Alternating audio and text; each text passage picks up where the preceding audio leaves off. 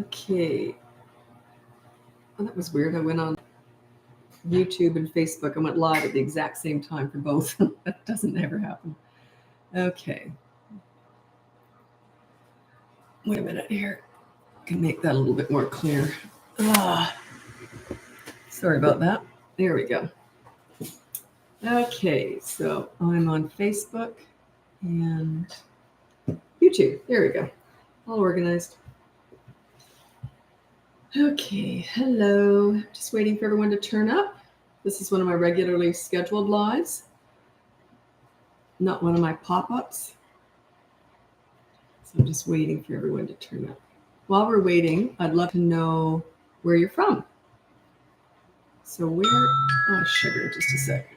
I have to go in and turn that off.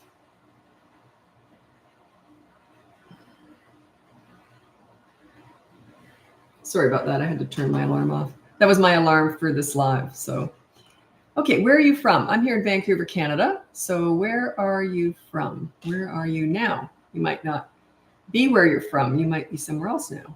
Houston. Hello, Manuel. From Miami's. How to stop a okay, we'll get into the questions in a minute. Ontario. Hello, Scott. Scurry, Texas. Miranda. I've never heard of Scurry, Texas. Okay.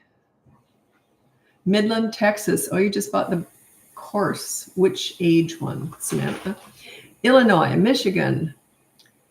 Mary Lou. My birth name was Cindy Lou. I didn't find that out till I was in my 50s, I think.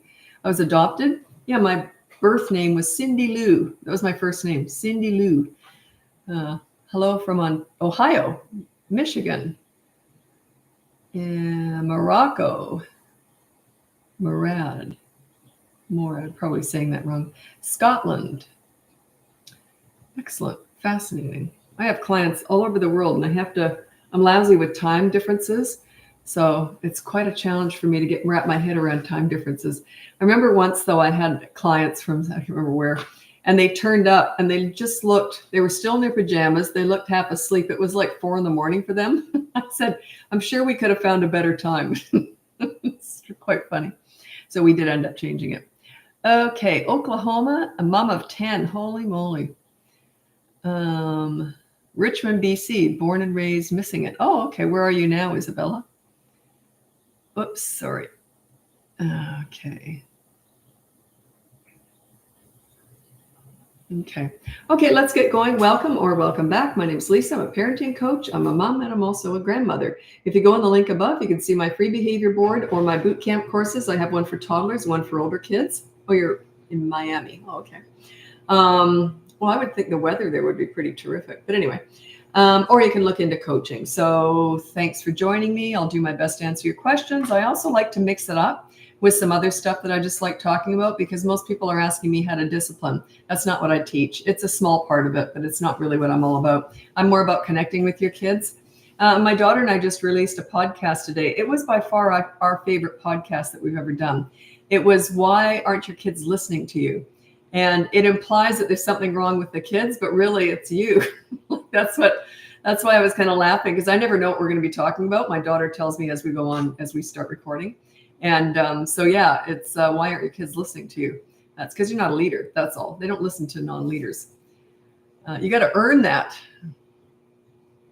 Birmingham, Alabama. Mom of 1, 6-year-old son. Welcome, Rocky.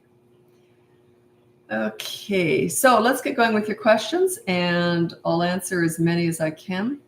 Facebook is my slower platform. Instagram and TikTok get pretty busy.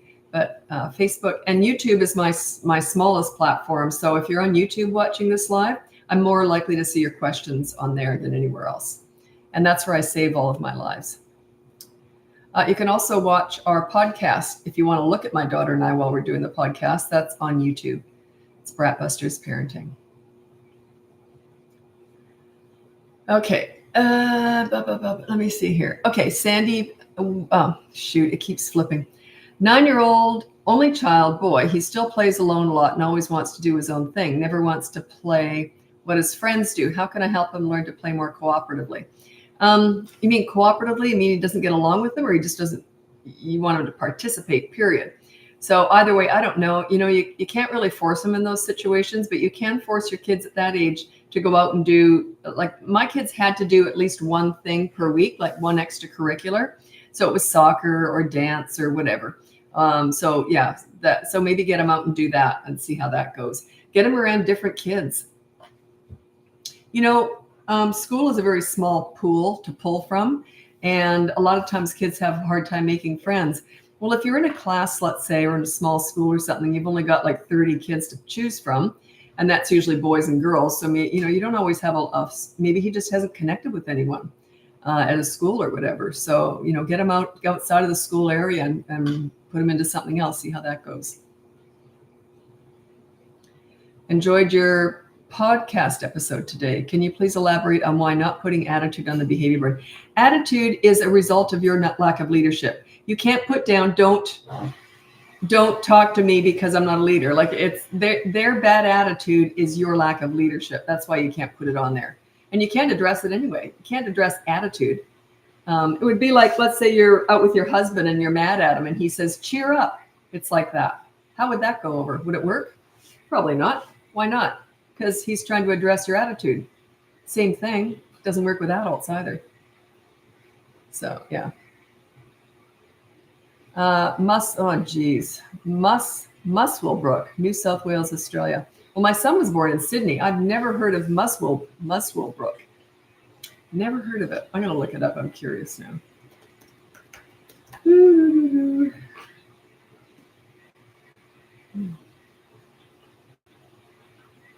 Where is that? Let me see.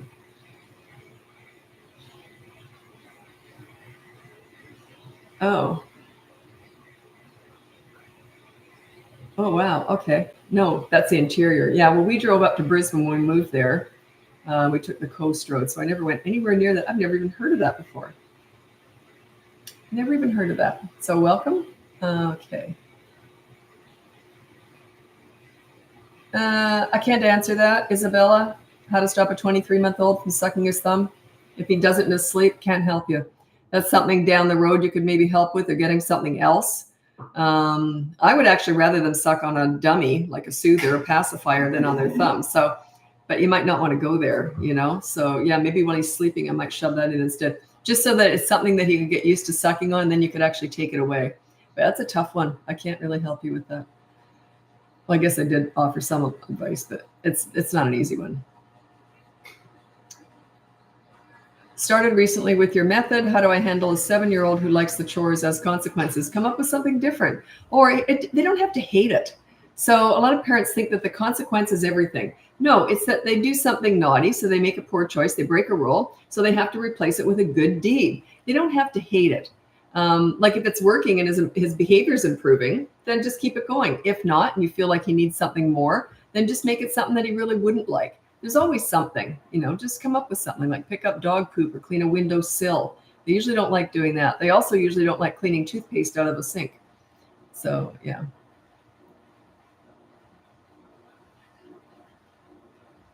Okay, I'm scrolling ahead to make sure you're still here when I answer.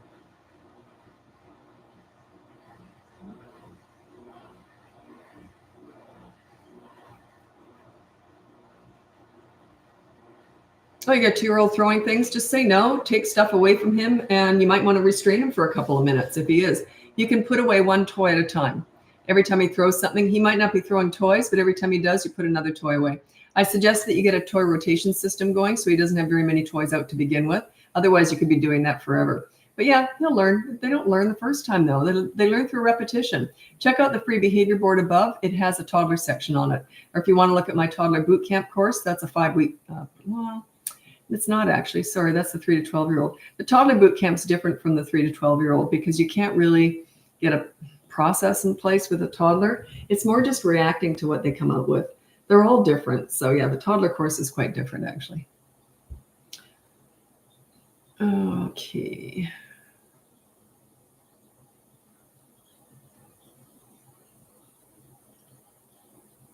How to handle car tantrums? Why do you need to? Aren't they already strapped in? It's like a straitjacket. Just ignore it and keep driving. Yeah, and why do they have toys in the car? I never let my kids take toys in the car or anything. Yeah, they don't need to, because they're going to drop them and then have a fit.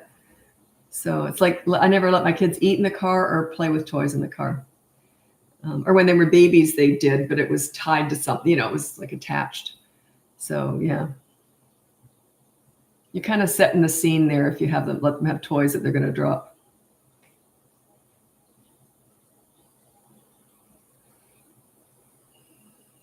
Tasmania. Oh, hello from Tassie. 7-year-old lying over silly things instead of being honest. Just say on the behavior board, it's completely free in the link above. Just put no lying as his rule. And every time he lies, there's a consequence.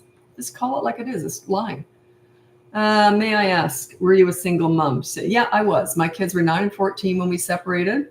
And I went through all the teen years all by myself. And that was the hard part about that. They were 5 years between them. My son would be out late at night, and I would have to wake my daughter up in the middle of the night, like he was 16, 17. I'd have to wake her up at 1, 2, 3 in the morning to go pick him up. That was hell. And sometimes she'd be sick, and I'd have to do it still. So that was hard. That was the hardest part. The behavior and the relationship stuff was pretty easy. It was the getting her up in the middle of the night. I found that really difficult. So yeah, I know what it's like to be on your own with kids. You got no one to talk to about them. But it went well. Doing the boot camp, and my 9-year-old's really testing his limits. I am doing my part to ignore his fits, but when I do draw a line, or what do I do when he starts thrashing the house? Also, after positive action is done, just does it again. Yeah, if he's violent and thrashing the house, give it 2 or 3 weeks. Yeah, I don't know. I don't know what to tell you, because if he's thrashing the house, that would be more coaching. That's sort of red zone, next level, if he's getting that angry. Yeah, so you're finally deciding you want to be a leader, and he's fighting back. That's what's happening. So, yeah, I don't know. I don't address a 9-year-old being physically violent. I don't touch them. I don't do that. Unless they're hurting themselves or hurting someone else. If they're just damaging property, yeah, I wouldn't go near them. They're too big and vile, too dangerous when they get violent. So yeah, that might be next level. That might be coaching. Yeah. The course it covers a lot of stuff, but if they are getting violent, I would say that would be coaching. Yeah. Sorry about that. But yeah, go through the course anyway. There's tons of stuff in there. It might still work out. They often fight, initially, and then they calm down later.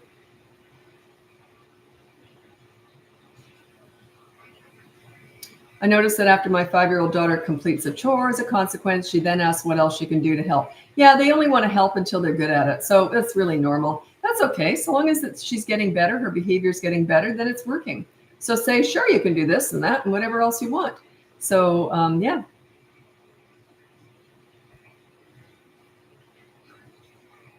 This one comes up a lot.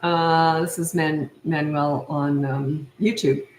8-year-old is a sore loser and cries if he doesn't get first place. They're not born that way. That's learned behavior. It usually is as a result of being teased when they lose, or you make too big of a deal. It could be not just you, but someone else could be doing this, making too big of a deal out of winning. Oh, well, you'll do better next time. So what? Does it matter if you do better? Does it matter if you win? So yeah, this comes up a lot. So I've got hay fever coming on. I can feel it. So it comes up a lot with parents.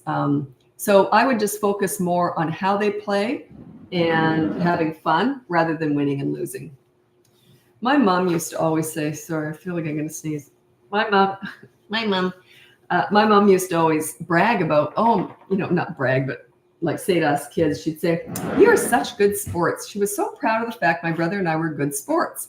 And I never got that. I never thought, I never understood why she kept going on and on about that. One of her pet peeves is a sore loser. They're always the whiners. Oh, I never get a good hand. It's always, and they win just as much as everybody else, but they're the whiners and the complainers. She couldn't stand that.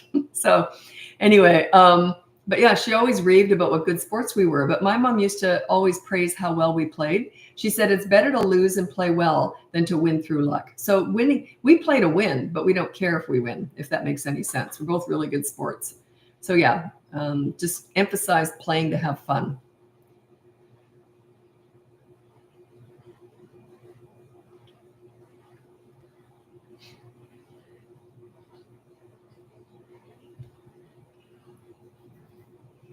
Yeah, 5-year-old chores to earn extra money. I have lots of stuff written about chores. I would never pay for chores unless they're extra stuff. Like just looking after themselves and cleaning up the house and contributing to the household stuff. No, I would never pay for that. Never. You live here, you contribute. So yeah, you're setting up their future spouses for a life of hell. Like, I'm not clean the toilet unless you pay me. Yeah, it's that entitlement that I only clean up if you pay me for money. So yeah, I would never pay for chores, but I do give allowance anyway, and then not about chores. But if they do an extra job, then you can pay them. But I don't want to get into that because it's not something I did really.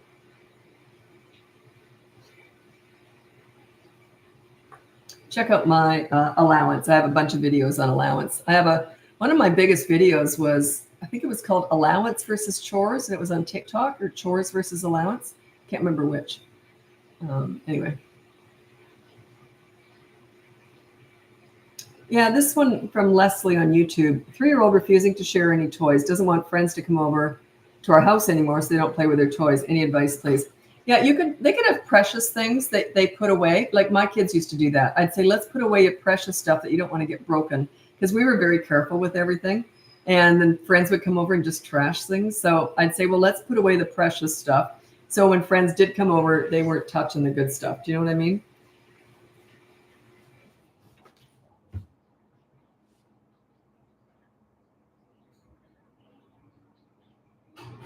If he's throwing things and thrashing in his fit, is it okay to ask them to go to their room? For my 9-year-old, I think he sees me being calm instead of the manipulation working on me, and he's trying to up his game. But is there a line to draw, and how do I handle that? No, that's a tough one, because my gut reaction, well, not my gut reaction, but my advice is no, you still don't say anything. You just let it go. And then when it's done, then you can discuss the stuff he broke or threw. But don't discuss the tantrum, the fit, the meltdown, or the outburst. Don't discuss that ever. So yeah, you got to be willing to go through that. I always say, you built that, you got to be willing to unbuild it now. So yeah, if he's acting like that at 9, that's something he's learned to do. It must have worked at some point for sure. For sure. There's no way he'd be doing that. So yeah, you built it. Now you got to unbuild it. You can't just fix it overnight. You built it, and you got to unbuild. It takes time. So yeah. If you were to draw the line, he just won. Do you want me to explain that? It's psychology. It's boring. Yeah.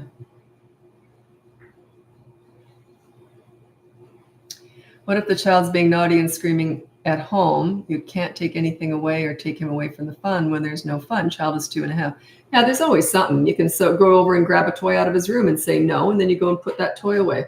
You go and look for something to put away, to take away. Someone just asked me that yesterday, I think. Same question.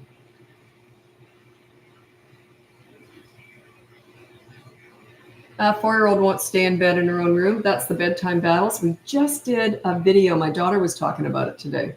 I think we just did a video on that, bedtime. I don't know where it is. It must have turned up everywhere. Check it out. It's called Bedtime Battles.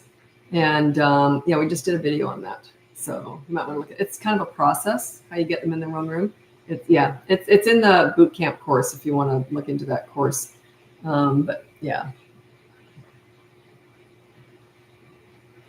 Oh, the reason it did so well was I don't usually talk about bedtime battles because it's a whole system.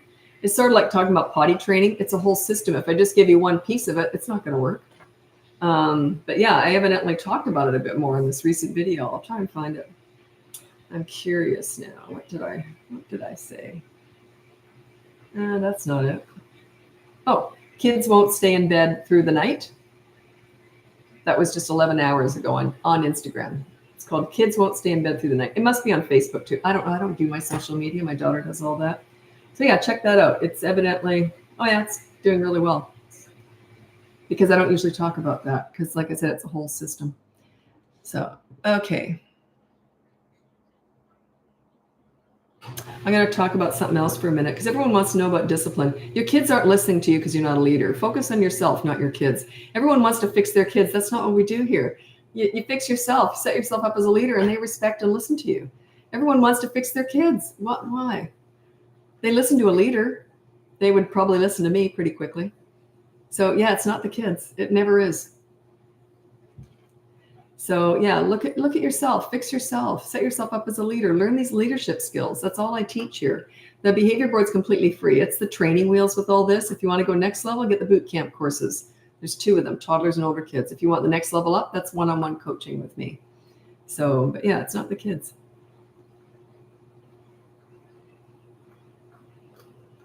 Which is funny because sometimes people get offended by that, but they don't mind criticizing their kids and blaming their kids. You see, I find that fascinating that some parents are happy to blame their kids for their bad behavior, but if I suggest that it's them, they don't like that. Who do you love more, you or your kids? You're happy to blame them, but not yourself. Look at it that way. It's quite fascinating. When I was working with kids, I don't anymore, but I used to a lot. And whenever they'd act out with me, and these are kids I saw an hour a week, if they acted out with me, I always would say this to myself, not out loud, of course, but I'd think, what am I missing? What am I doing wrong? They weren't even my kids. A leader always looks to themselves, never to blame anybody else. So yeah, if your kids are acting out and not listening, look to yourself.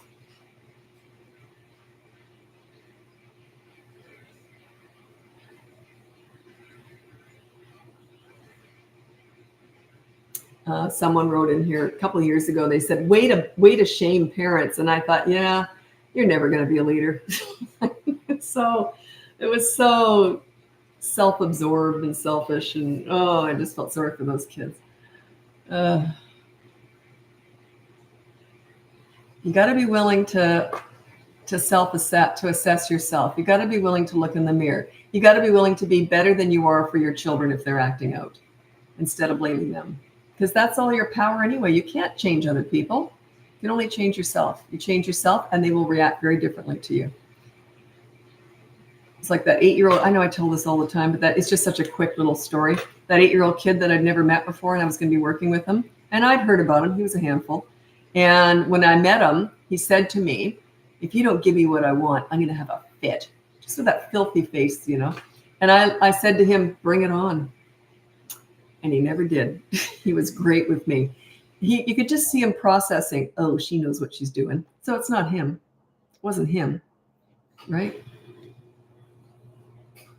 I was kind of hoping he would have a fit. That's where all the big lessons are. Turns out he didn't need it. Once they come up against a leader, those kids, the most difficult kids are the ones that I always found the fastest to turn around because they're so desperate for leadership that when they meet a leader, they almost go like this, oh, finally, I can relax. It's exhausting being naughty. They don't want to be naughty. So don't let them be. You have so much more control than you even realize. Okay. Thoughts on timers. Yeah, I'm a big timer girl. I just bought this just to show people. Plus I use it for myself for my Pomodoro stuff, right? So I just bought this. These are phenomenal. So if you've got little kids or even older kids, and you say, okay, you've got 15 minutes to do that chore, and there it is. And they can see obviously they can see the picture disappearing. So it's visual, sorry about that. But yeah, I love them. I use timers all the time. They're your best friend.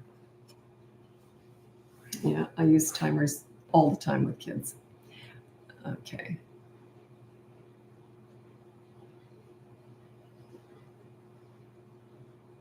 I was just talking to a client about, no, I didn't ask permission to tell that, never mind. But anyway, we use timers. When I ask my 3-year-old to come here, she always says no and laughs like it's a game. What are good tips? Work on yourself, work on your leadership skills. And you can't just say come when you're called or else there's a consequence. It's kind of a bigger one.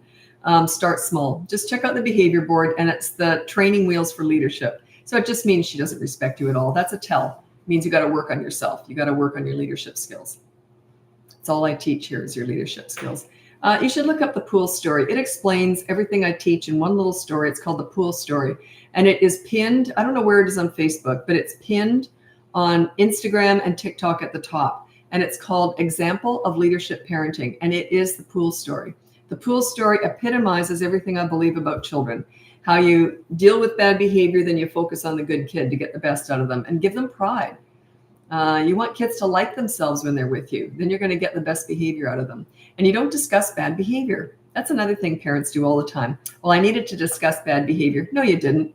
That's blaming, shaming, berating, bullying, nagging. I don't do that at all. Just drags them down. Just drags them down. What if you did something wrong with your spouse and you said, oh, sorry about that. I didn't, whatever. And then you make it up to them. And then they just keep talking about it and talking about it. Wouldn't you kind of be mad? Yeah. And another reason why you shouldn't have done that and blah, blah, blah. You see the shaming, blaming, berating, nagging, you see? In other words, cutting them down, cutting them down. Yeah. When should you discuss bad behavior? Never. They understand hitting is not good. They get it. You don't need to discuss it. Discussing bad behavior never gets you anywhere but more bad behavior. Some spouses do that. Yeah, I know. Cindy on YouTube. I know. That's why I said it. But yeah, how do you feel about that? It's like I often use the marriage as an example of the reward chart. Like why I hate reward charts. I think they're horrible things. They're great at school. That's a business. That's different. I don't teach business. I don't teach teaching or schools. I teach personal relationship, parenting, personal, home. Anyway, behavior board, a behavior board for good behavior, reward chart, sorry. I knew I had that one wrong. A reward chart is saying to a child, you're normally rotten. If you should happen to be good, you'll get a gold star. Could you imagine if your husband or wife said, if you're good today, you'll get a gold star. Or today you were really good. I'll give you a gold star. What was I like yesterday? You see what an insult it is? It's nasty. I don't reward for good behavior. That's my baseline expectation. I just treat them like they're good. I deal with bad behavior though, and then I treat them like they're good. All the things you're talking about is all I've done. I'm trying so hard to be better. You are helping so much. We have a long road ahead, but I refuse to give up on my kids and myself. Good for you. That's not about perfection. We all make mistakes. That's another big thing that parents think, oh, well, it's so easy for you.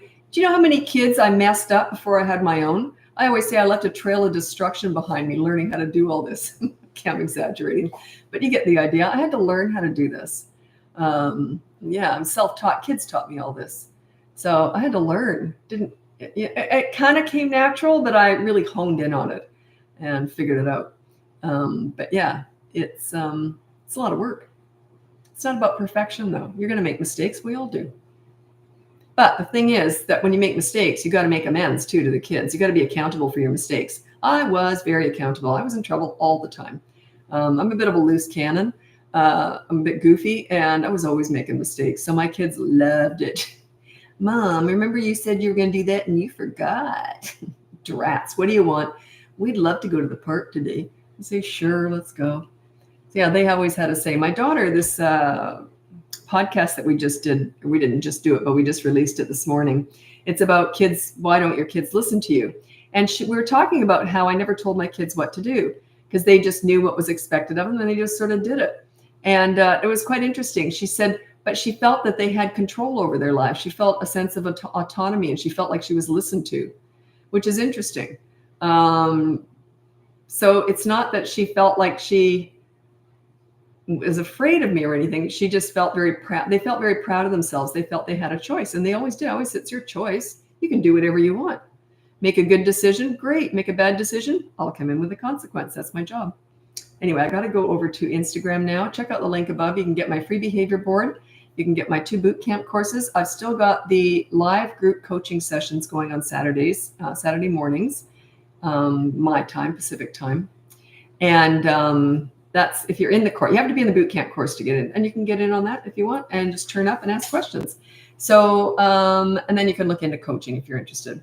Okay, so I'm going to hop over to Instagram because I'm usually late when I'm leaving Facebook to go to Instagram. So I want to be early today. So thanks so much for joining me. If you want to go over to Instagram, I'll also be going to TikTok after that. So anyway, happy parenting. Bye now.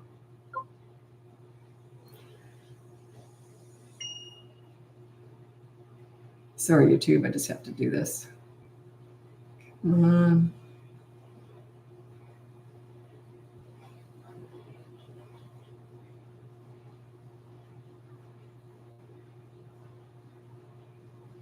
Here we go.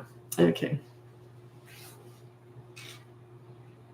Corrective action when a 2-year-old is hitting. You just stop the hitting. So what you do is the first time they hit, you grab their hand, you say no, and you might want to hold it for a minute.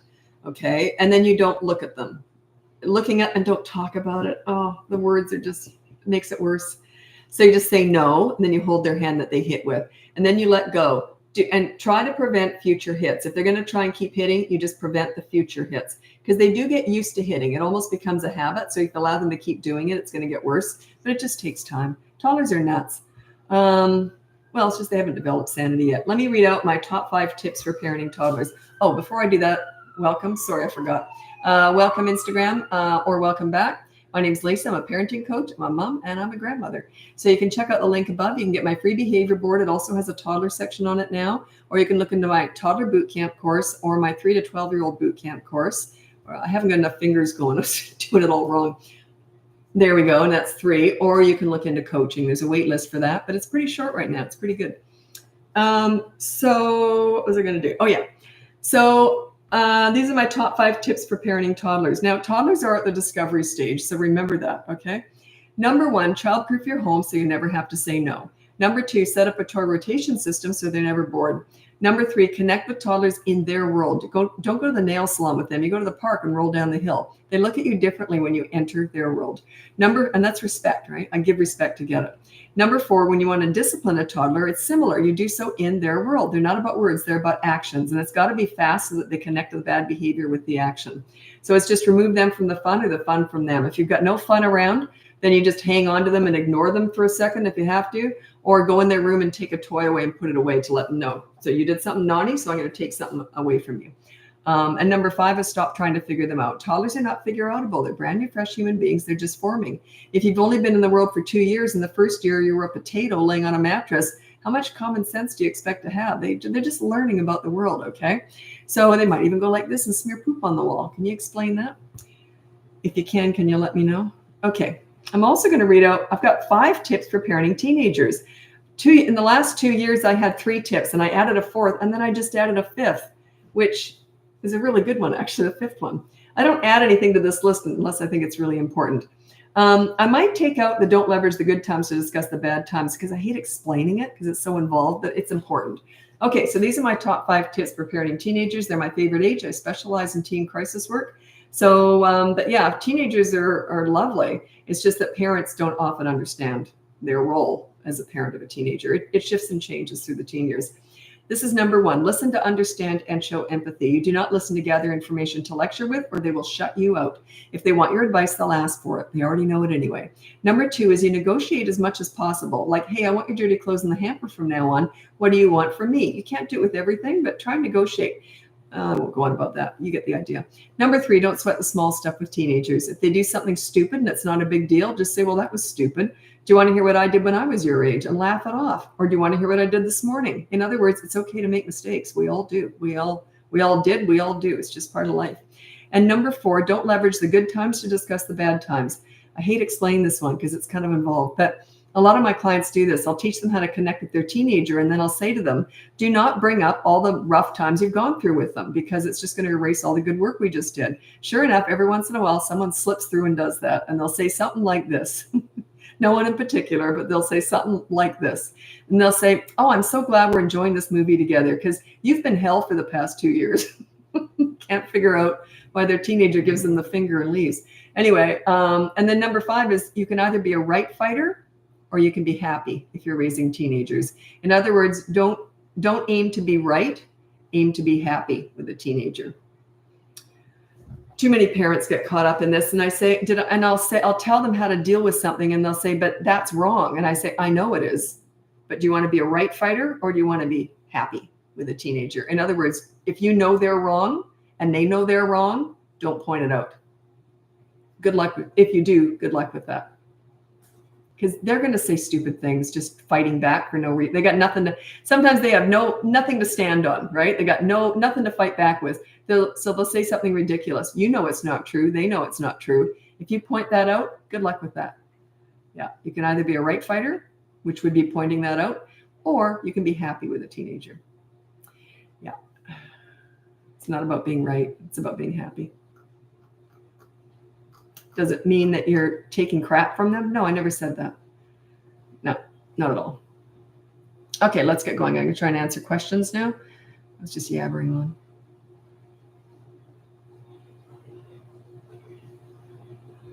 Thanks for your support online. I won't bother going into the numbers, but yeah, I've hit like almost 1.6 million followers now. So just an old lady talking about parenting. Who knew, eh? But I really do appreciate your support. I put a lot into this, like not to say, oh, I deserve this, but what I mean by that is I put a lot of decades into this stuff. I really believe in what I'm teaching, and I wouldn't say it if I didn't believe in it at all. And my obsession is your results. So whenever I get an email or I'm working with a client or someone, you know, and they get great results, that's just made my day. So yeah, it's wonderful. I love what I do. I'm very lucky. I work hard though. I've worked hard at this. So I do appreciate your support though. It doesn't go unappreciated. Okay, I'm very strong-willed 4.5-year-old. And this is a good point here. I want her to be a strong girl growing up that isn't swayed by friends. So I like her stubbornness, but it's hard to raise. What should I do? Stubbornness comes from insecurity.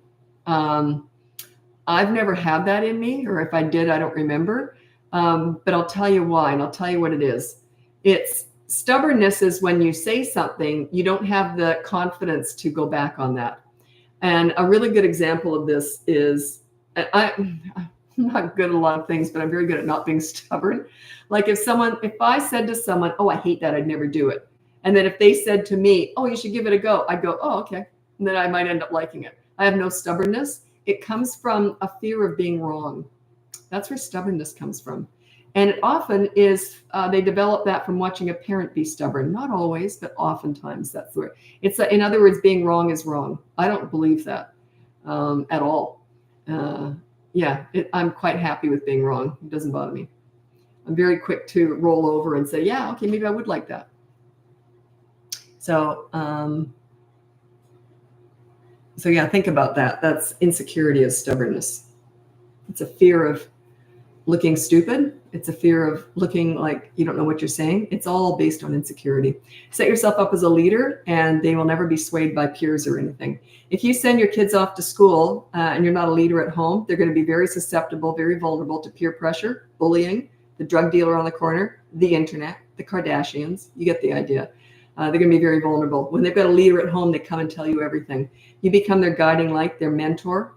That's what you want. That's your power with kids, is that they look up, they feel good about themselves when they're with you. You bring out the best in them. Stubbornness is not a great quality. Being tenacious in a goal is different, but being stubborn is another thing. It's right or wrong, they're not going to give in. That's what the word stubbornness kind of means. So yeah, work on her self-esteem. You be a leader and her self-esteem will increase.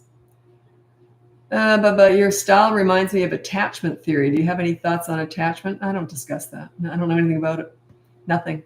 I only teach from my own experience. So any other terms or people out there, I don't know. There's evidently some big people out there in the parenting industry. I don't know any of them because I'm very careful. I stay in my, I just talk about what I know. And yeah, why would I look at anyone else? I don't know what anyone else is doing out there. The only way I would know anything is when clients tell me what they've been doing. So, and I know big picture stuff, what's going on up there. But yeah, I don't discuss what I don't teach. Why would I do that? I'm not an expert on it. I would never teach what I don't. I never have an opinion on something I don't know a lot about. And I don't know anything about other ways of parenting. See what I mean?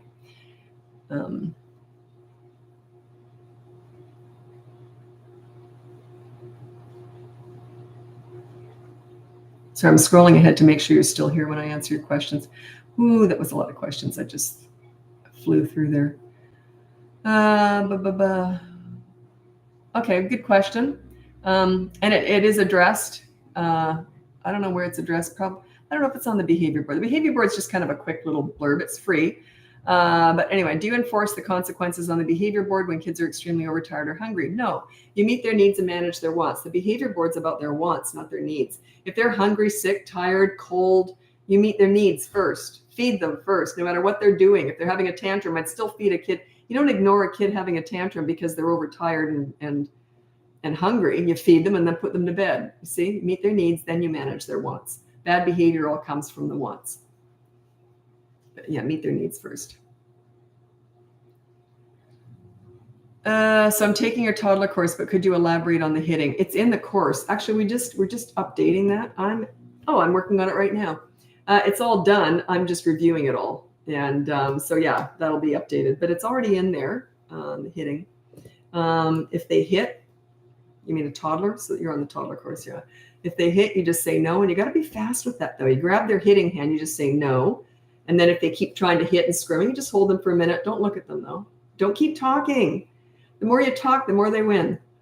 Yeah, you just no, and then you kind of look away. And then if they calm down a bit, then you let go, walk away. If they go to hit again, prevent it. And just say no. See how quiet I am? Does it matter if they hear you? No. Why would it matter? Parents say, well, I have to yell no because they can't hear me. No, you don't. It's not a yelling contest. Just go. They only have to see this. They don't have to see anything. The physical action, the action is the lesson with little ones, with toddlers. So I even only say no just so that it's consistent. It lets them know that you're taking consistent action. What does being a leader mean to you? Just trying to understand how to be a leader. You bring out the best in them. You make them feel good about themselves. When they feel good about themselves when they're with you, they have pride and high self-esteem. Therefore, they treat themselves well and they treat you beautifully. That's what leadership is. It's like a mentorship. They look up to you. You bring out the best in them. You make them feel good.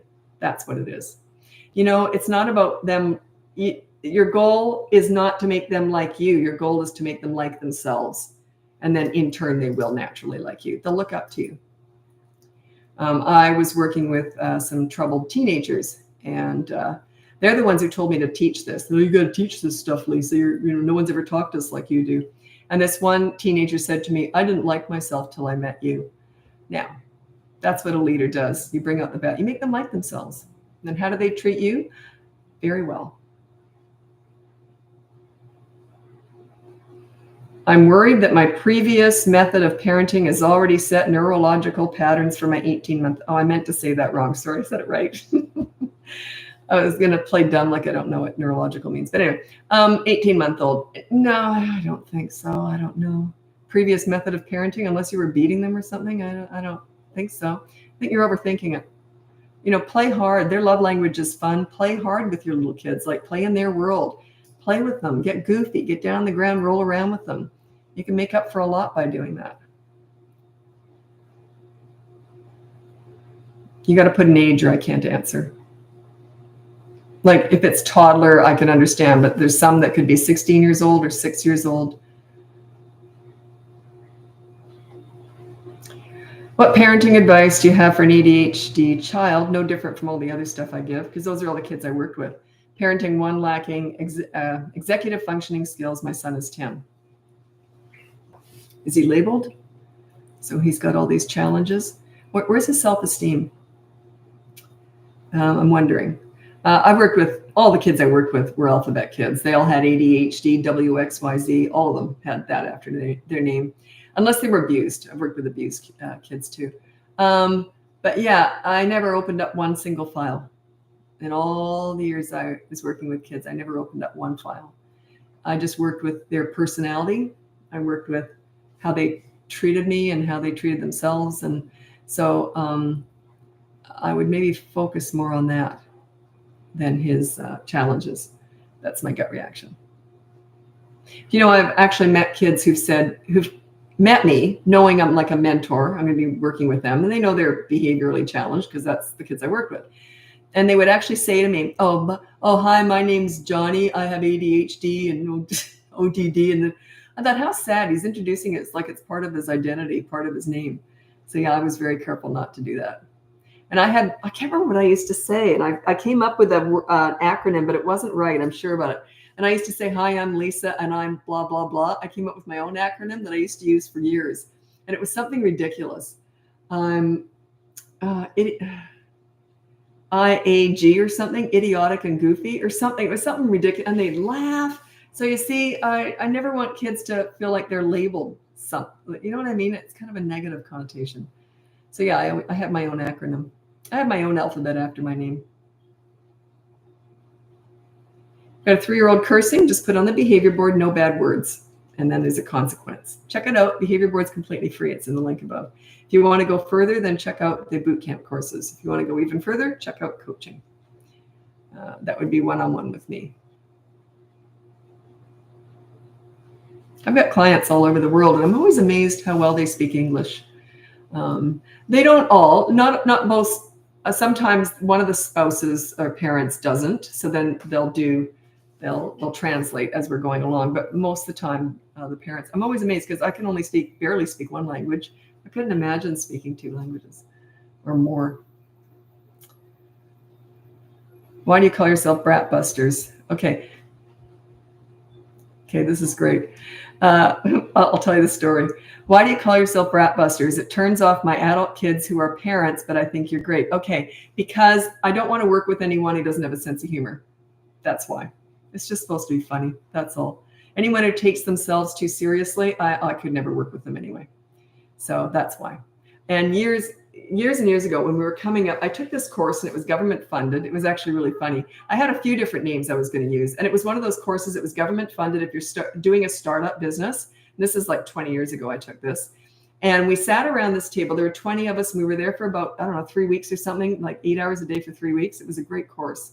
And it taught us all about business, how to start up. So then at one of the sessions, this woman hated my guts. She hated me. I was the loudest one there. I got along great with everyone. She was very prissy. And so she just hated me. And she didn't mind saying it either. So anyway, and everyone, I got along with everyone. No one liked her. But anyway, she thought she was perfect, I guess. So we were going around the table and we were saying our names of our companies that we were going to name our company. And mine was BratBusters. So it went around the table and yeah. It gets to her. Well, I don't know about that. I don't think. And I said instantly, BratBusters it is. She hated my guts. I can't figure out why. But yeah, I need people. Maybe their kids just don't get it. It's supposed to be funny. But yeah, so I named it. Basically, she made that decision. The final decision was that little prissy woman who hated my guts. I thought, oh God, if it keeps her away, call it BratBusters. She was a piece of work. Anyway, it was funny. So it's supposed to be funny, that's all. But if you don't think it's funny, I can see why. Okay.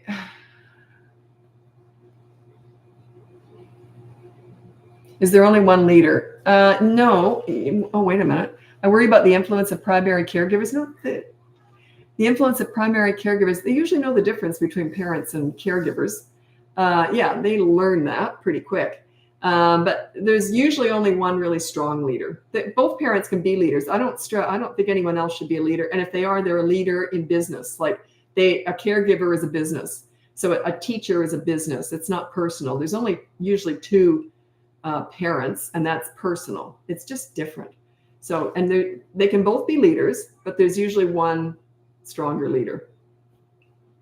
The leader is the prized role, by the way. That's the one that they're going to tell everything to right through the teen years. So you're the safe place to land. The leader is the safe place to land. You're the one they're going to go to with everything. It doesn't mean they love you more, but you're the one they just turn to. You're the mentor, the safe place to land. So, but there usually is one stronger than the other. It's cute because sometimes I'll get parents who they don't want to be the leader. They want the other parent to do all the work. And then they realize that's the fun parent. The leader is the fun one too. So then they often fight over who gets to be the leader. And I say, well, just make it a competition and both do it. And, that oftentimes they're leaders at different times, maybe for a certain age, one parent might be a stronger leader. Then when they become teenagers, you kind of drop the leadership role and you hand it over to them a bit more. But then one parent might struggle more in the teen years. And so, yeah, it goes up and down.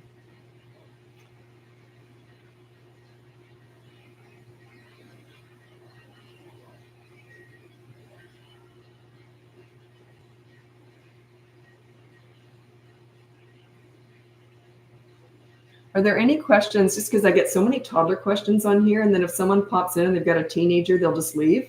So I do specialize in teenagers. I work with all ages. So if you have any teenagers or older kids, I'd like to mix up some of those questions if possible.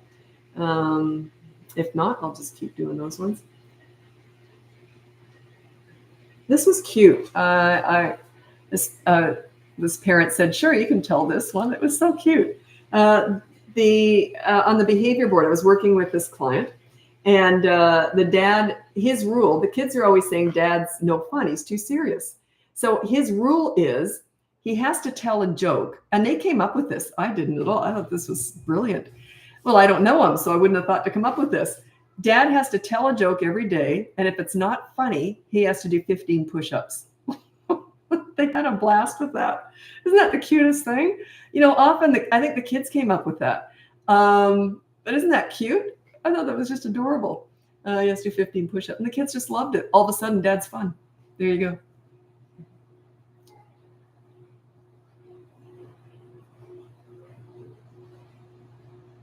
Oppositional defiance in teens. I don't know what you mean by that. So they just don't respect you? Is that what you mean? So you got to work on that. I'll read my top 5 tips for parenting teenagers. Number 1 is you listen to understand and show empathy. You don't listen to gather information to lecture with, or they will shut you out. Number 2 is you negotiate as much as possible. Hey, I want your dirty clothes in the hamper. What do you want from me? Number 3, don't sweat the small stuff with teenagers. If they make a mistake and they do something stupid and it's not a big deal, just say, well, that was stupid. Do you want to hear what I did when I was your age? Or do you want to hear what I did yesterday? In other words, it's okay to not be perfect, okay? They're learning just like you did, just like you are. We all are. Number 4, don't leverage the good times to discuss the bad times. Oftentimes I'll teach clients how to connect with their teenagers, and then I always warn them. I say, do not use that opportunity to discuss how they've frustrated you the last 2 years. Every so often a parent will do that, and then they can't figure out why their teenager gives them the finger and leaves the room. So yeah, don't leverage the good times to discuss the bad times. When's a good time to discuss the bad times? Never. What's the point? Number 5 is you can be with teenagers, you can be a right fighter or you can be happy. You're usually right. Parents are usually right about stuff, okay? But you can either be a right fighter. If they've said something ridiculous, and they know it's ridiculous, you know it's ridiculous, don't point it out. You can either be a right fighter with teenagers or you can be happy. That can be said for pretty much any relationship. Okay. Yeah, so if they're oppositional, it means you're giving them something to oppose. Like you're not a leader. They don't respect you. So work on yourself. Work on your own skills. If you want to work with me, check out the link above, and you can look into coaching. At what age can you introduce cartoons, and how many hours a day? I don't know. No one can answer that. No one can give you a definitive answer, and if they do, they'll change it in a month. So any scientist out there that, studying this for decades, I mean, they could never really give you a perfect answer, because you can take 10 kids and give them the exact same exposure to the same stuff, and they'll all react differently. Obviously, too much is too much, and it's not a necessity. It's more of a privilege. It's not a need. But yeah, you have to make that call. Do what feels right to you. But I'll tell you something. My granddaughter is 10 months old, and I was watching her one day, and I was trying to get some food ready for her, or I had to go to the bathroom or something. I don't know. I had to leave the room, and boy, I'll tell you, that cartoon thing went on. The dancing fruit, that went on so fast. You got to get stuff done sometimes, right? Yeah, that went on really fast. Oh, Grandma's got to make something. Oh, here we go.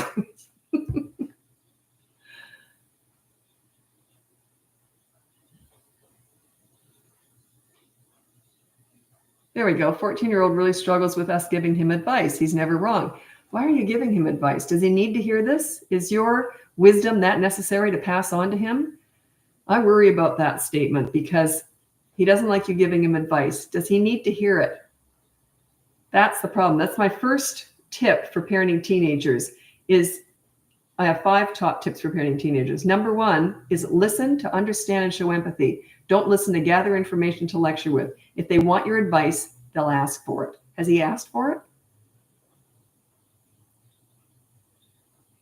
Yeah. Teenagers, they're my favorite age by far. But boy, the parents, they argue with me. I'm going to tell you a cute story. I'll have to mix it up a little bit here, but it was something that I don't meet the kids, right? I only teach parenting. And the parents were so proud. They came to me with something that they'd done with their teenager. They were really proud of it. And the teenager didn't agree and asked them to ask my advice, which I'd never met this teenager. And sure enough, I agreed with the teenager. The parents, because they said, but we're right. And I said, what's your point? You were right, but you're not being fair and reasonable. So yeah, don't be right. Think about it. Are you being fair and reasonable? And you got to give something. You can't fight everything. If you're going to make everything an issue with a teenager, good luck with that. Don't sweat the small stuff. And I know when I'm coaching parents of teenagers, the first session or two are just me explaining how you let the little stuff go and you how to connect with your teenager. But what about all the stuff he's doing? I said, we'll get to that. But right away, I've got to change your mindset about you do not want to be bossing teenagers around, or it will just get worse and worse and worse. Can you save this live? Yeah, the live, all of my lives are saved on YouTube. So if you go on YouTube, it's BratBusters Parenting. All the lives are there. And I'm filming it there right now. When I'm doing a live, I'm on YouTube the whole time, and I bounce from Facebook to Instagram to TikTok while I'm on YouTube the whole time. My daughter and I we just released our recent podcast. We release a new one every Tuesday. And this one was our favorite. Yeah, it was called Why Do Your Kids Not Listen to You? Because I never know what we're going to be talking about ahead of time. And it was just a good one because we go back and forth, a lot about how she grew up. And, we had a lot of fun with that one. Anyway, you might want to check out our podcast. It's in the link above. Everything is my website. Everything's there. What about prepping yourself for having kids? Any tips? Not really. Nah. How can you really prep for that? It's such a big deal. I remember I had a lot of experience with kids, but you know what I didn't have experience with? Months of not getting a full night's sleep. I found that the hardest. I'm good at it now, but I wasn't good at napping. And my son was up a lot throughout the night, and that was playtime for him, was at 2 a.m. And, but yeah, that no one can prepare you for that. And everyone says that you can't prepare for having kids. You can, you can learn certain things, but you can't really prepare for how much it's going to change your life. It really hit home with me. My mom had visited from Canada. We lived in Australia, and my son was just a few days old. So I fed him, changed him, and I left him at home with his dad. And so I thought, great, we'll go out and get the grocery shopping done. And my mom and I. So we're out shopping, and we were just walking in the store, and I just stopped dead in my tracks. And Mom says, what's wrong? And I said, oh, I was dying to get away from my baby. My boobs were bleeding. I mean, it was just a mess physically, right? So I thought, just to get away for an hour. And I stopped dead in my tracks, and I said, I get it. You never get away. This is it for life. Like, all I wanted to do was get home to my baby. So that's when it hit home with me. He was just a few days old, and I just thought, wow, this is for life. Yeah, like it just dawned on me, like really hardcore. I just got it. I thought, you can't prepare for that. God, I want to tell you this story so bad, but I can't. It's too graphic. I've told it in coaching. I say a lot in coaching that I would never say here. But yeah, I have a horror story about my first week as a mom. It was something quite funny, actually. It was just something funny that happened to me. But anyway. I can only tell that when in coaching, it's too graphic. Okay, it's funny. Like what it does to your body. It was something to do with that. Okay, I got to get going. I'm moving over to TikTok now if you want to join me over there. If not, check out the link above. You can get my free behavior board, my toddler boot camp course, and my boot camp course for 3 to 12-year-olds. Both of those have group coaching sessions. They're all free included in the course. We've got 2 more weeks left, and they're Saturday morning. You can join in and ask questions. So, and it's a lot more personal there because they'll be on video and all that. It's all live, and it'll be, they're all going to be pre-recorded and put into the course. So we do the Zooms on the group coaching sessions on Saturday, and then by Sunday, I think they're all in the course. And it's fun to see the other parents in there because they're all going through the same stuff you're going through, or a lot of it. Okay, so I'm hopping over to TikTok now, and we'll talk to you. Oh gosh, no. Oh, sorry, I want to answer that, but I don't have time. Anyway, I got to go over to TikTok. Happy parenting. This is the one that takes the most buttons to move over. Come on. Good grief.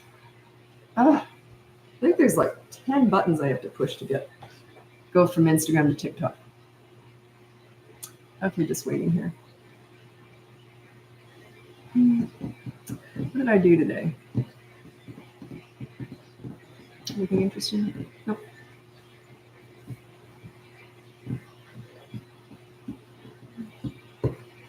Well, I got some new headphones at the gym. Those big earmuffs, Princess Leia things.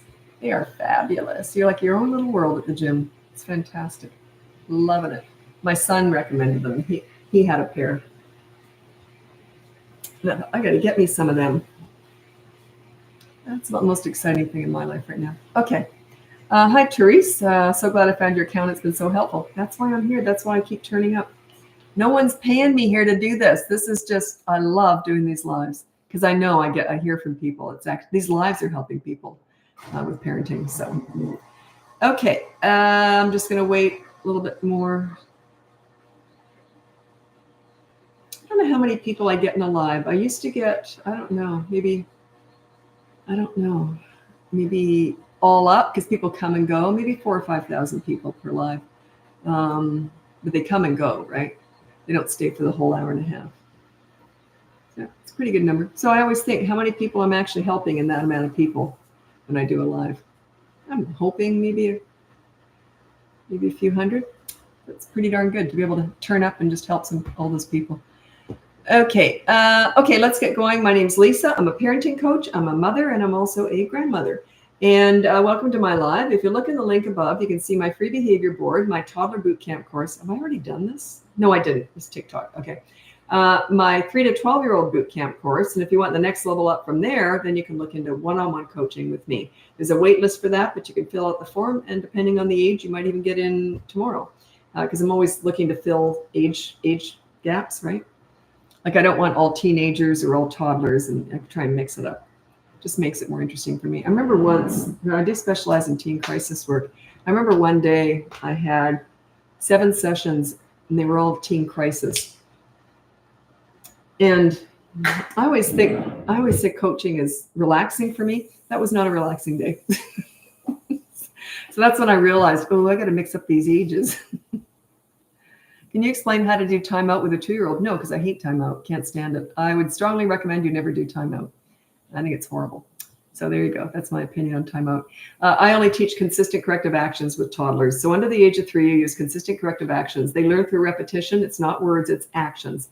Their world, their language is actions, not words. So these mini therapy sessions that I know are trendy right now, discussing all their big feelings and big emotions, they're absolute garbage. And timeout is mean. It's like you go over there, you're not even worth talking to. You go sit in the corner and you think about what you did. They're sitting there feeling like garbage, okay? Imagine if you made a mistake at work and your boss said, you go sit in the corner. You think about what you did. It was funny because I was telling this once and someone wrote down, oh, I would love a break. I wish my boss would do that. And I thought, well, so much for that example. But yeah, I don't. How to help a 3-year-old who can't self-regulate. They don't self-regulate until you're a leader. Your leadership calms them down. So that's what you do. It's all you. Yeah. Don't beat yourself up if you're doing timeout and I just cut it out. I just say what I'm thinking. I have no filter.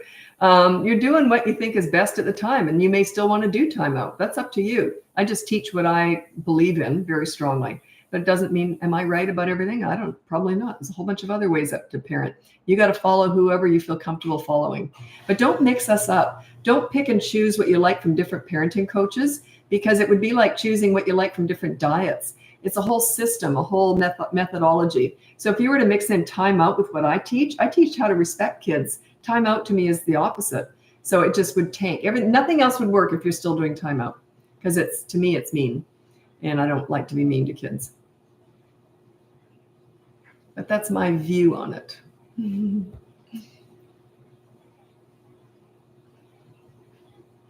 How do I start the right way with a 10-month-old? Now, my granddaughter's 10 months old. So what do you mean, how do you start? Well, we're teaching them right from wrong at this point, but they're not doing much wrong, right? So you just go, no, and you redirect them. So if they do it, but you never say no to a baby. And baby to me is up to about 12, 14 months, maybe 15 months. You never say no to them and that they cry. You got to be careful. You just go no and you redirect, no and you redirect. You're teaching them right from wrong. By the time they're 16 months, they usually know right from wrong, or they can figure it out. They know when they're doing something naughty, right? That's why they're so sneaky. So they usually know. So then you are correcting the bad behavior with using consistent corrective actions. So that's the difference. Babies, you're just teaching them right from wrong. But yeah, you never say no like that, you know. Okay. So I just got a message from my son. Okay. whole brain child book or same drama. I don't know anything about that. Yeah, I've never read a book on kids or parenting, so I can't comment on it.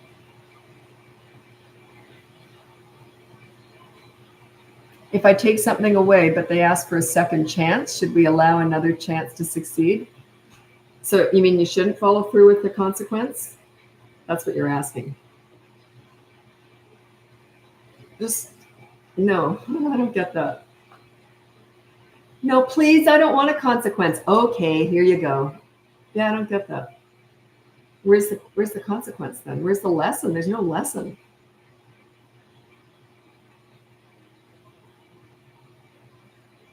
That's the pleaser parent stuff. Watch it. That's gonna bite you in the butt. That's like, I'll give you the analogy I use. Let's say there's 3 different classrooms, okay? And I always say teaching is different from parenting, but we'll just use this as an analogy. So there's 3 different classrooms. The same 30 kids go from one classroom to the next to the next. They start with the first teacher, who is the authority style. Not a bad way to parent the authority, okay, or teach. It's my way or the highway. I know best. You do what I say because I know everything. So, but those kids are gonna do what you say, and they're gonna be good while you're looking and when you're right there. But if you look down, you get up and leave the room, they'll act out, okay? So it's a fear-based parenting method. Then you take those same 30 kids and they move into the next classroom. That teacher or parent style is a pleaser. The pleaser gives in to them, tries to be friends with them, tries to give them second chances and all that stuff. So there's no respect whatsoever. Those kids are acting out while it leaves the room, while the teacher's looking down, and when the teacher's looking right at them. No respect. It's just total bedlam. You take those same 30 kids and you put them in with the leader, the leadership parent, the leadership teacher, that style, which is what I teach. They're going to be good when the teacher's looking, when the teacher looks down, and when the teacher leaves. Not only that, when the teacher comes back, they're going to tell the teacher how good they've been because they have pride. They have self-discipline. That's the difference. You've built them up. They have high self-esteem and pride. That's what a leader does for kids. So yeah, it's never the kids. It's always because literally, and principals will back this up. Any teacher will back it up too. You can take the same 30 kids, put them in with a leader and put them in with a non-leader as a teacher. They're going to be very different energies in those 2 classes. So it's never the kids, it's the adults.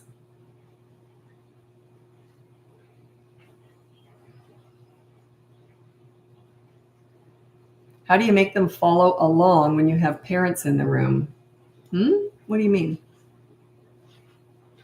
How do you make them follow along? I don't know what you're talking about. Oh yeah. Oh, I don't teach teaching. Oh, I haven't got a clue. No, I teach parenting. I don't teach teaching at all. Nope.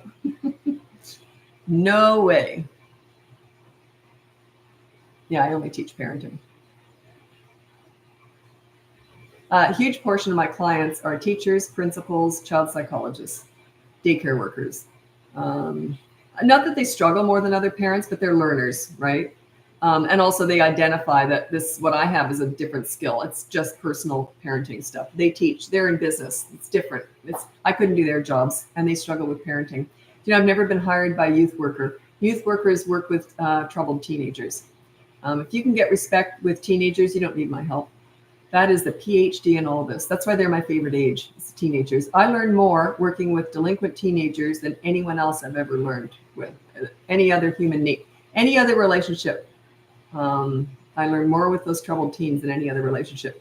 Talk about vulnerable, fragile, terrified young people, but acting tough as nails. So yeah, I had to gain their trust. And then once you've got that, boy, oh boy, you got to be careful with it. If you mess up, it's like one more betrayal in their lives. You know what I mean? Yeah, they're really fragile.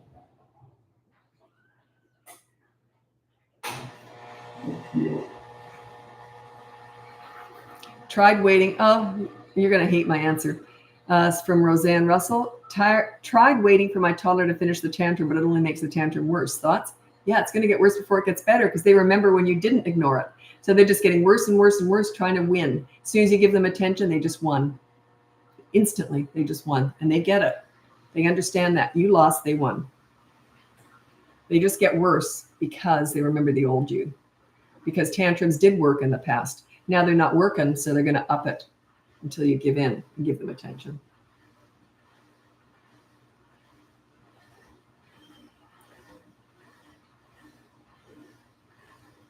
I still needed help with babies after working with teens for years. Yeah, but they never hire me for teen work. By the way, most of the clients who do have child development degrees or degrees with working with youth or whatever, it's usually the teenagers or tweens or teenagers. So that's when the poop hits the fan usually. So.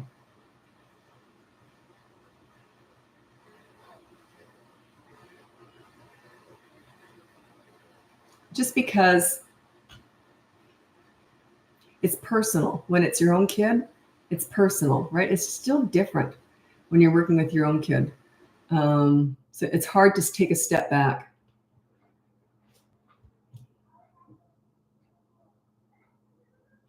I love okay, such a good point. And I hear this all the time. Not all the time, but I hear it a lot.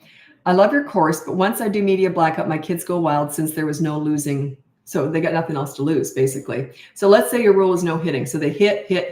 They don't do the first consequence. Then you resort to media blackout. So during media blackout, they hit like crazy because they can't do anything else, right?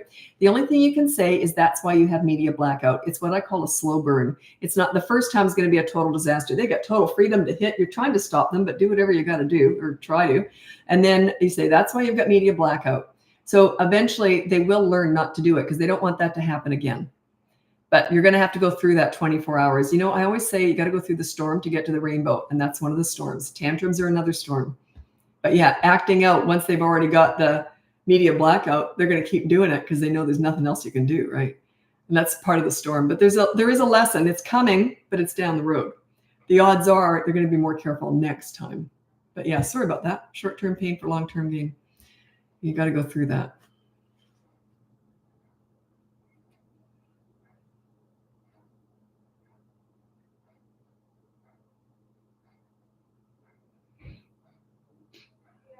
Yeah, I get this a lot. You say to focus on one thing at a time. What about other misbehavior during that time? Yeah, it's like anything, like if you're learning how to do something, you're just learning one part of it. We're only doing one behavior board in the first week. The other stuff, do whatever you were doing before, but never mix up that board with anything else. So you never take the consequence from the board and apply it to any other behavior that's not on the board. It's a long sentence. The reason is that you just want to master that board. That's a sign of your new leadership skill. Just master that. Keep it simple. The other stuff, do whatever you were doing before. Do whatever you got to do. I don't care because you're just learning to master one rule and consequences. The second week, you got two of them, two boards up. Now you got those two. The third one, you got three. If you want to know what to do after that, that's the course. That goes into week 4 and it's in the moment discipline. We come off the behavior boards and that's when we deal with everything. So, but you got to start exercising these leadership. You're learning slowly, but surely how to be a leader. Now, I would never use a behavior board. It's just a teaching tool. I would deal with everything in day 1, everything right away, bang. But I'm level 10 with what I teach because I invented it, right? And I'm old. I've been doing this forever. So, but when you're learning how to do it, you can't do that. It just wouldn't work. It just wouldn't work.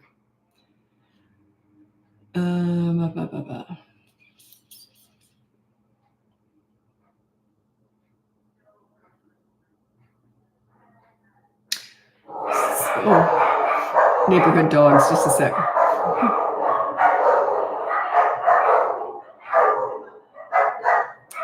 Sorry.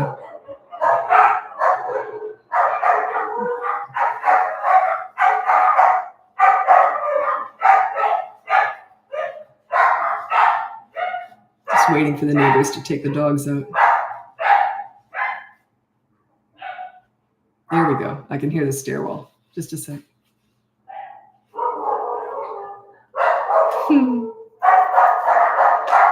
Sorry.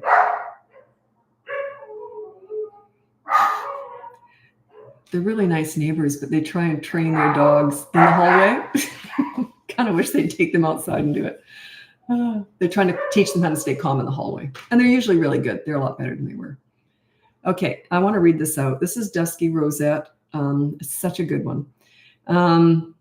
Okay, Dusky Rosette on YouTube says, my daughter 4 hit my son 3. So I told her to make it up to him consequence by making him a card, which I know he would appreciate. She seemed to enjoy making the card too, though. Poor consequence. She realized she made a mistake but want to make sure she learned to make it up to him. If it works, I think that's a good one.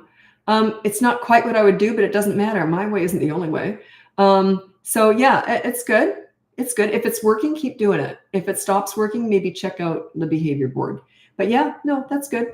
So you were mean to someone. Now you do something nice for them. Did he appreciate it though? You don't do something that makes you feel good to make it up to someone else. You do something that makes them feel good. Did he appreciate that? Or would he appreciate her leaving him alone for the afternoon? Like, let's say she bothers him a lot. You know what I mean? Like, if it was something that he appreciated, then yeah, it's a good one. But if it's just to make her feel good, not so much. But yeah, it's fine. If it's working, keep doing it.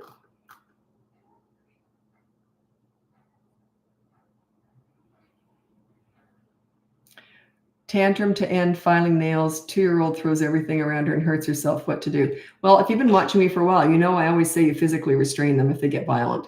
So if they're getting violent, you physically restrain them. You still don't look at them or talk to them, though. You're just holding them. Then let them go. If they keep it up, grab them again. Just look at them. Don't talk to them. If they get wild, if they calm down a bit, let go. Then grab them again. Just keep doing it over and over and over again. And but yeah, you still don't look at them or talk to them. They are trying to beat you down. As soon as you look at them and talk to them, they just won. They just won. And they know it. They just instinctively know it.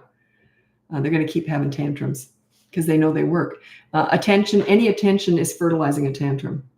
But physically restraining is not quite the same. It's just preventing violence, right? So you don't want, if they're hurting themselves, hurting someone else, or damaging property, that's what you do. If they're older, I would say 5 and above, you don't physically restrain them unless they're hurting themselves or hurting someone else. If they're just damaging property, when they get bigger, I don't try and physically restrain them. Sometimes I get a client who said, well, I tried to hold down my 14-year-old. Oh yeah, you just got to deal with a broken TV, unfortunately. I wouldn't try and hold down a teenager. And that just reminds me too, it's such an odd, no one asks about bullying anymore. When I first started my business like 17 years ago, bullying was a hot topic, and online safety. Those were 2 things I was asked about constantly. It hardly ever gets asked anymore. Isn't that interesting? Anyway, so bullying is, I never teach children, if it's physical bullying, that's up to adults to deal with. Children, I do teach how to bully proof your kids. You can look up bullying. I just don't feel like going into it right now, but you can look it up. I've done tons of videos on bullying. It's in my courses too. Not my toddler one, but my 3 to 12-year-old one. Anyway, physical bullying. You never teach a child to defend themselves physically. The reason is it's a fallacy or an old wives' tale that bullies are cowards. They're not all cowards. Some bullies are very practiced, very good fighters.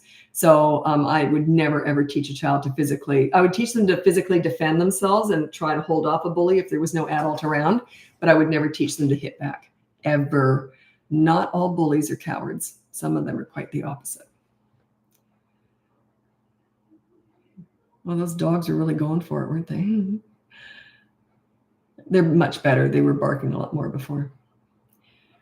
Very good owners. I'm really struggling with positive consequence ideas. Just have them do a chore. Everyone worries about what the consequence is. It doesn't matter. It's not the point. The point is you did something bad. Now you got to do something good. That's it. That's it. You're making amends here. So don't get caught up. There's no perfect consequence. That's not the lesson. The lesson is not so much, it isn't the consequence, but it's not what the consequence is. It's more your consistency in that they do a good deed. They do something good. So. Okay, actually, I got to get going.